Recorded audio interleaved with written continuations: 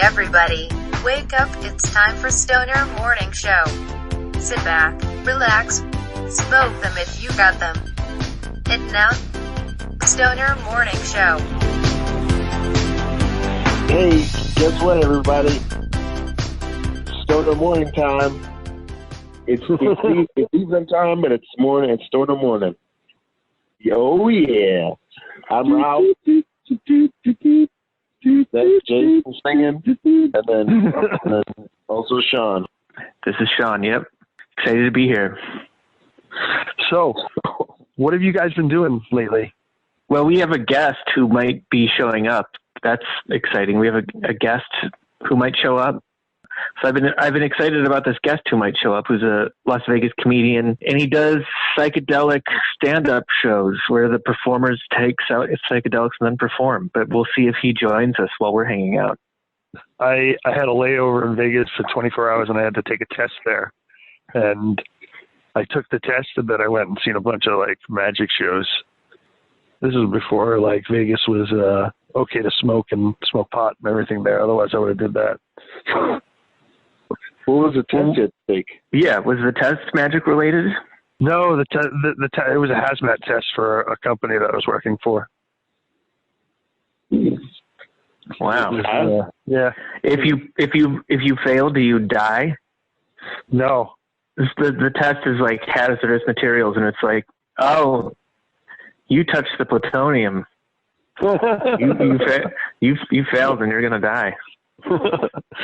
My instructor looks like the Doc from Back to the Future.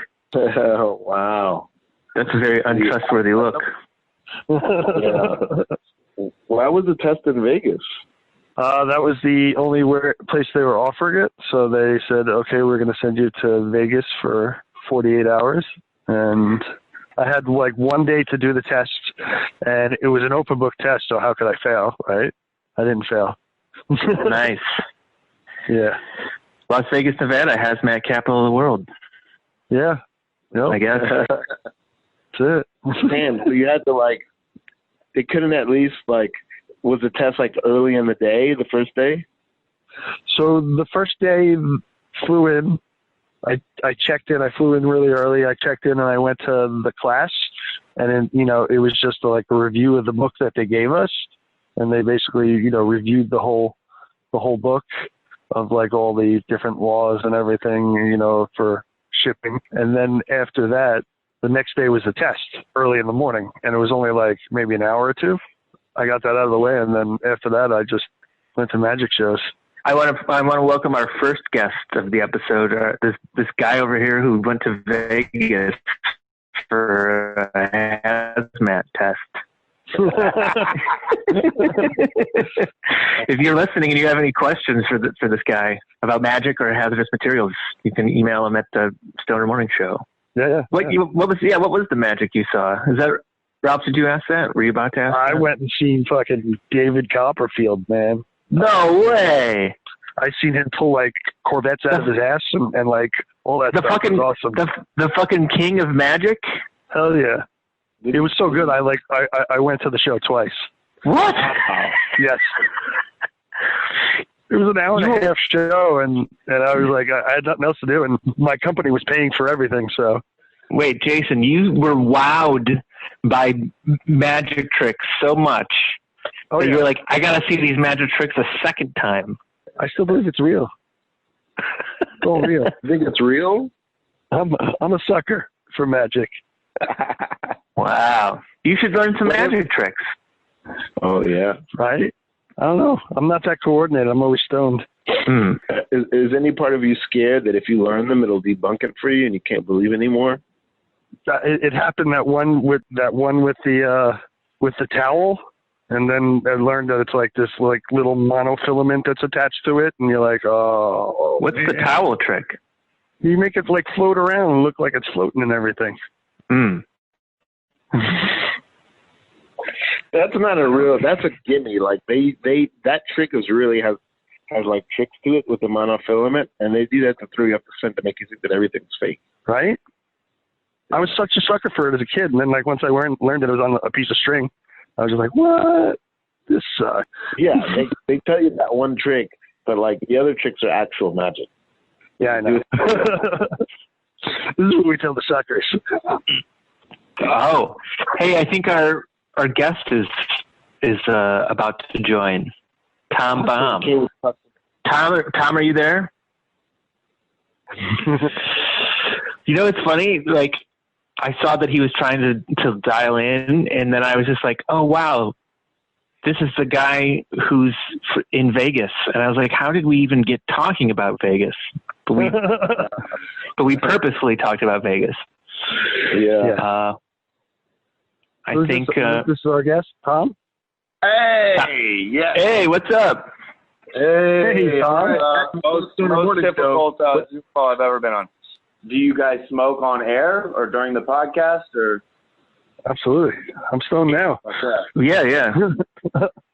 Yeah. Imagine being on a podcast and you're the guest, that you become the co-host immediately.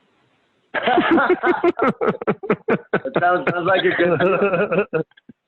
Yeah, we might turn this show into some sort of like handoff relay thing where it's just like, all right, well, I'm out, and somebody else is. Yeah. Someone else has my seat. Tom, but first I want to admit that I tried to turn up the volume of my phone by turning up the volume of my computer. That's like when you're looking for your phone and shit, and you're like on Instagram, and you're like, where is it? Oh, it's right here. Tom, I hear that you do a psychedelic comedy show. Yes. I run a psychedelic show in Vegas, where we all meet up. All the comedians meet up about an hour before showtime, and we all drop either LSD or take mushrooms or 2CB or ketamine or whatever we have available to us. Whatever I provide, really, and then we perform stand-up comedy. We all do our sets or attempt to. It's great. It's magic. It's like my favorite show to do. It's one of the dopest shows in Vegas. One of the only 2 shows in Vegas happening right now. Still a live show, and it's like catching lightning. I get to catch lightning in a bottle every month. Sometimes the audience is tripping, or members of the audience, whatever. That's up to them. It's a great experience, and for anybody who's attended or hears about it, is very intrigued and in awe. Is there a freak out every show? No. Oh, that's cool. Like a mess up, or like somebody forgets a joke. You know, it's like, oh yeah, drugs and shit. But there's never been like a crazy freak out. I had somebody who couldn't perform one time, but luckily I had another comedian who wanted to be on the show, who just came and took acid before, and I didn't tell him. I was like, nah, man, the show's full. It's booked out. Don't worry about it. And then this comic was like, you know, this is too much, but they didn't go on stage yet. So I was like, that's fine. You know, go home. You get a free hit of acid, whatever. And then I was like, I told the audience, I was like, okay, I'm going to do something I've never done before. You know, I'm going to bring up this comedian who didn't think they were going to be on the show. They wanted to be on the show, but I told them no. And, I could see the comedian. He was sitting in the back, and his stomach just sank. He was like, and then I brought him up, and, you know, he didn't have a set prepared or anything like that, but it was great. It was fantastic. It went over fantastically. Welcome for taking acid just in case. Yeah. Let's see. Last July I did LSD every Saturday just to complete the quadfecta or whatever, because it was like July 4th, and I was like, hell yeah, America, right? Why wouldn't you? And then the next Saturday was July 11th when the UFC had like 3 championship fights in Dubai. So I was like, all right, I'll do it for that. And then the third week was my show. So obviously got to do it. Saturday, I went camping up in California and just got away and did mushrooms and acid. And it was fantabulous. Nice. Hey Tom, Shawn here from New York City. Next question: has anybody not been invited back, or you know what I mean? Like, I don't think you're going to be coming to perform to the show again. No offense. No, you know what I mean? No, I had an issue with a guy who was who I booked, and then he was saying some real funky shit on Facebook that I didn't like, and I was like, am I gonna have to pull this guy from the show? And then he was like, oh, my car broke down, I can't make it. So the universe answered. No, I've never had to have somebody on and they messed up so bad that I wouldn't bring him back. I've seen him do really well, and then I had him on again, and then he didn't do so well. But he's my homie, and I would still have him back. It wasn't like he messed up so bad that I would never have him back. No. Yeah, no, that hasn't happened. I'm pretty. I mean, this is. I'll be honest. This isn't the easiest show to book by any means. We'll wrangle a bunch of people on acid and fucking shrooms. Yeah, I will say that I handle it pretty fucking well. I'm pretty professional as far as it can be when it comes to booking and throwing a show and hosting a show, because I'm the producer. I do. You know, I wear a lot of hats. But yeah, I love it. It's amazing. I have about 25 to 30 people who come back every month, like the same people who are like, I have to see this show. I have to be there. It's amazing because it's always different comedians. So every month you have 30 more people than you did the previous month? No. 30 of returning customers, about customers who like fuck with the show so heavily that they have to be there and they'll come back. Oh yeah. Nice. So like followers, basically. You have 30 lifers. 30 lifers, yeah. And then like my last show was a sellout, you know, and it was the first time I ever sold it out. There was over 55 people there. So nice. Yeah, it was dope. And I just plan on keep growing because this idea is so, and I think Vegas is the perfect place to launch it. So I've been doing it for just over a year now. I've brought it to Knoxville, Tennessee once, and I'm just looking for, because you know there's different spots in the country that are decriminalizing it now, like Oakland, Santa Cruz, and Denver. I know New York is talking about it, Washington D.C., Oregon, and Washington State. So those are all potential places. Wow. I didn't know about all those places decriminalizing psychedelics. Jason, did you know about that? I feel like you're our sort of resident expert on like topical events. You did know. Okay. Well, what's on the horizon, Jason? Where's it going to happen next? Where's it going to happen? New York, hopefully. Yeah, I think New York and DC are next to being closest to getting some type of decriminalization, or you know, whatever they got to do.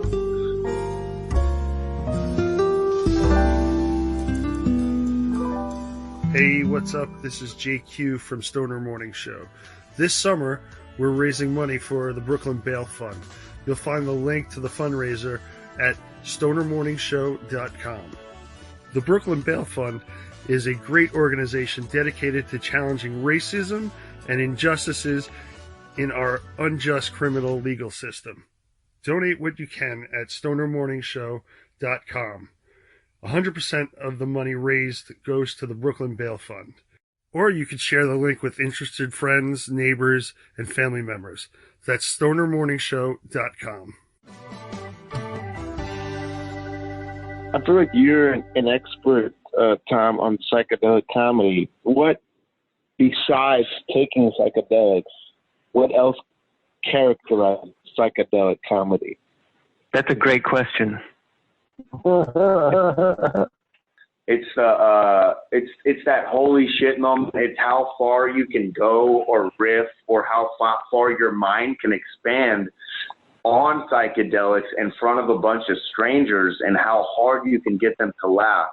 There's so many different components that they're all variant. Each person's different, and I think it's up to them to find out, you know, either to set their intentions on what they want to do with the audience or their comedy or their set as a whole, and whether they can bring it to life or not, and see how it blossoms in front of everybody. I feel like for the first time, it never occurred to me that there could be additional resonances or meanings of the term "holy shit." Yeah. Holy shit moments at the Psychedelic Show. How do people find this? What do we look up? The Psychedelic Show is, it's, by the way, show is spelled Pshyo. It's on Facebook and Instagram under that name. It's Psychedelic Pshyo. Facebook and Instagram. Yeah. Got it. Have you had an audience member show up for one of these shows and been like, I got to do drugs or try comedy? Yeah, I had one guy hit me up, and he like plays guitar, so I don't know how involved he is or was ever in comedy, but he wanted to do the show and do like a few comedic guitar songs, and I was like, come to the show first, buy a ticket, check it out, support the show, and we'll talk. And I had him do a little audition outside after the show with the people who were still there. And he was good enough, and I gave him a shot, and he came to the show last month and took mushrooms and did like 3 songs to open up the show. And I had never had like a musical, like anybody who I didn't know or was properly vetted on the show. Yeah. But I took a chance and I had him on, and it went fine. Yeah. Jason, you love shrooms. What do you want to know about? What is there a certain dosage that people take, or is it whatever people want to take? Kind of prided myself very recently at dosing people properly with mushrooms, because a couple of weeks ago I went to Gunlock, Utah, and I knew quarantine was finally like getting to me, my head, because I've been like essentially working, whatever you want to call it. So I didn't really get the quarantine. I didn't get all that time off. Yeah. Like right before we opened back up, like my mental, like 3 days, I was like really fucked up. So I was like, I need to get away. So we went to this really nice place, like with cliff jumping and all this stuff like that. And I myself took like 2 grams, and I was like, this is perfect for me. I was like, this is my weight, body type, everything. 2 grams is where what I need to take to go where I need to go. So I was happy. I like finally found out my dosage, because I thought you had to take an 8 every time. Like, nope, you get an 8. That's not the case. It's different for every person. But I had a couple female comedians come out from Sacramento to do my show, because I started doing comedy in Sac before moving to Vegas. So a couple female friends came out to do the show, and one of them's very like petite, skinny. So I gave her 1.5 grams, and I was like, this will be good for you. And the other one was a little bigger than her, so I gave her 2 grams, and they were both like, this is perfect. Like, it's not too much, it's not too little. So I feel like I've gotten the dosage pretty good for even not people who are myself. You nailed it. 2.5 seems to be my sweet spot too. Oh, this guy's a 2.5 grammer. How much do you weigh, and how tall are you? I'm like 6'2", 275. Oh yeah, that makes sense then. Yeah. Yeah. I don't. This whole interview sparked because I think the first time ever I talked to Robbie Aces. So the first time I ever talked to him on air, I was tripping out but I was microdosing though. So I was doing that, talking to him on air and doing that whole variety show that we were doing. So, Mr. 2.5 grams, how much do you do when you microdose, Mr. 2.5 grams? Like, not even, like, 12, I forgot. Grams? 12, no, not 12 grams. That's way too much. Yeah, that's a macro dose. Yeah, that's a hero dose. Yeah. No, I just take I'll take like a cap, or if I have any Borts, I'll take Borts. Eat one of those. I actually am I'm a teetotaler. I don't indulge in any drugs at all.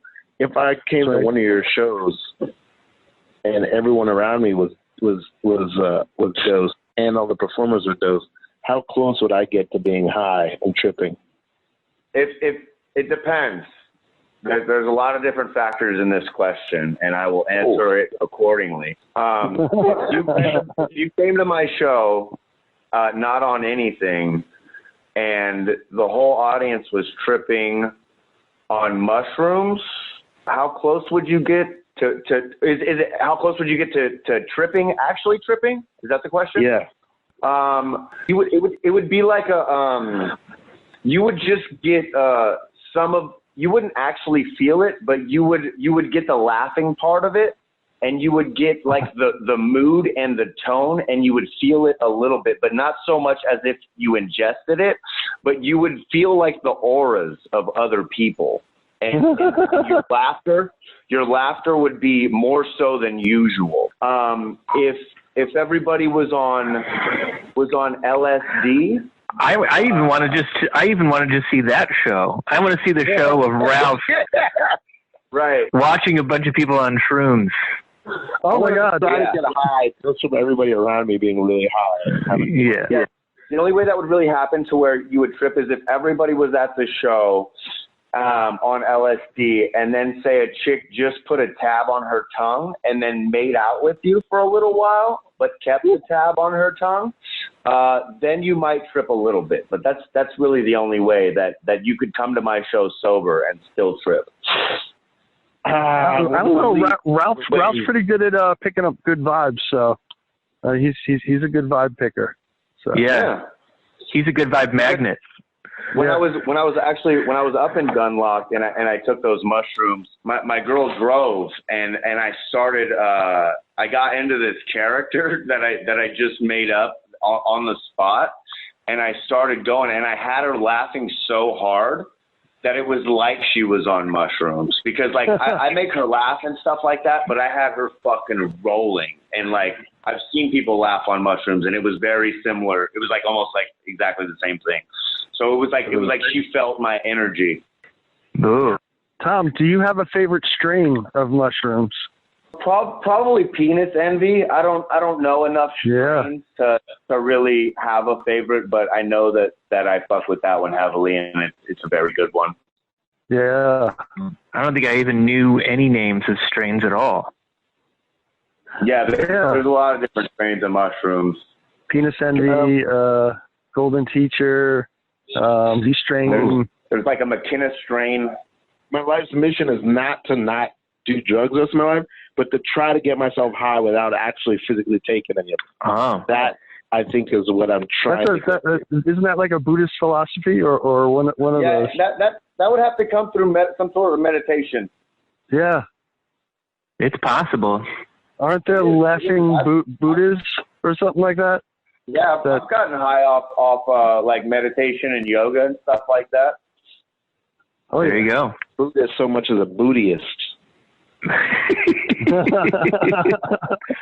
Hey, Tom, I tell you which hallucinogens can reveal big truths. Okay. Mescaline. That opens up the heart, and it almost acts as like somewhat of a truth serum. You have a heavy heart about something, and you're feeling something like very heavy that you need to get off your chest. You almost it will come out of your mouth, even if you just blurt it and you don't want to. It's coming out regardless. Well, thanks for sharing your experiences with us. Yeah, thank you for having me on. This has been very fun. You guys are dope. Well, we try. It's mostly. It might not be us. Maybe it's what we've been taking. I don't know. But thank you. All right, Tom Baum with Psychedelic Show, right? And it's spelled differently. Is that right? Yes, PSHYO. Psychedelic Show on Facebook, on Instagram. The next show is the 15th. Going to be here in Vegas. So if anybody's listening or has friends and family in Vegas, or that will be in Vegas, then please tell them to look up the show. And when you guys don't have that dumbass lockdown in New York, that quarantine for 2 week bullshit, I would love to come out and meet all you guys, and even to do like if we could set up like a house show or something intimate. I don't even care. I want to bring the show out to New York for sure. That's a goal I've had for a long time. So whether it be at a venue or something underground like a '90s rave, I don't care. I'll come out there and I'll do it. Hell yeah! I got a question before you go. Do you know a guy named Troy Hurd? Nope. He's a guy I know in Vegas. The possibilities are endless. That's right. Mind blown.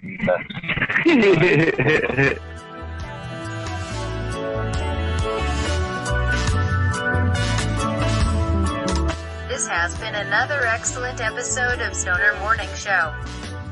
Thanks for listening. Follow us on social media at Stoner Morning Show. Tell your friends. And puff puff pass.